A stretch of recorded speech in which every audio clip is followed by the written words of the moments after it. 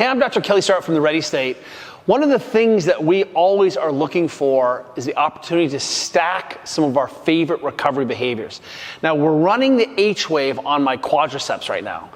I don't have a problem with my leg, I'm not in pain, and sometimes we forget that the H-wave can actually be a performance-enhancing recovery device.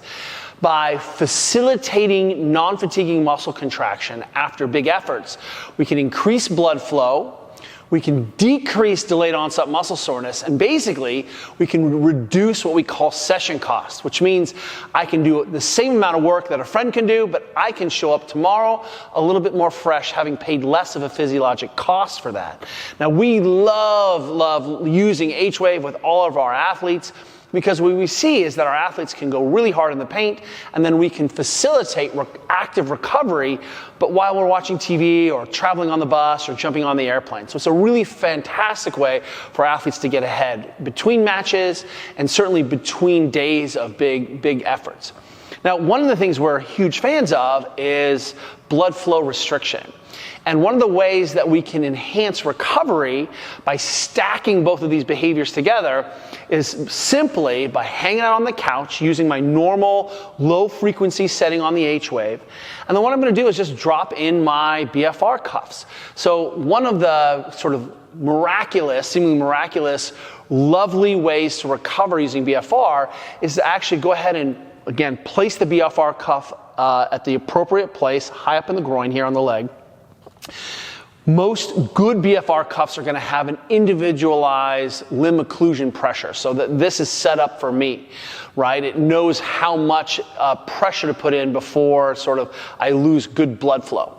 So I have my personalized limb occlusion pressure, and I'm going to turn that up to 80%. So it's a relatively high amount of limb occlusion pressure for this thing. What I'm going to do is just turn that on for 3 minutes, so that it pumps up. I'm going to make that vasculature work really hard, make sort of the system think, hey, we're in trouble, we're not doing a good job evacuating these metabolites.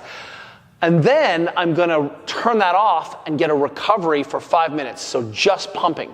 So what's nice, though, is that I can do both things simultaneously. In fact, doing a little bit of work when I'm at 80% limb occlusion pressure, AKA my leg is just pumping, is going to actually facilitate a greater response from that temporary limb occlusion.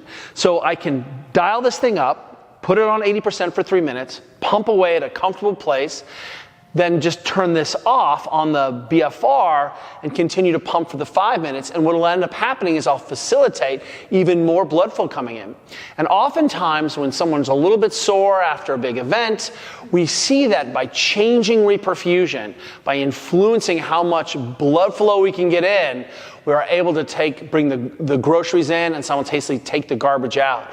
This is a wonderful adjunct to kind of either or. If you have a set of BFR cuffs and you're running some H-Wave, wonderful stack. We've been using this compression therapy, using bands and BFR and the H-Wave for over a decade. And now finally the BFR has caught up with sort of some of the technology that we've already integrated into all of our coaching practices. So if you already have an H-Wave laying around because you had an old tweak, or maybe it was prescribed to you, or you're using it for some low back pain, remember, it's an incredible performance enhancing device because it helps us to recover at supra-physiologic rates.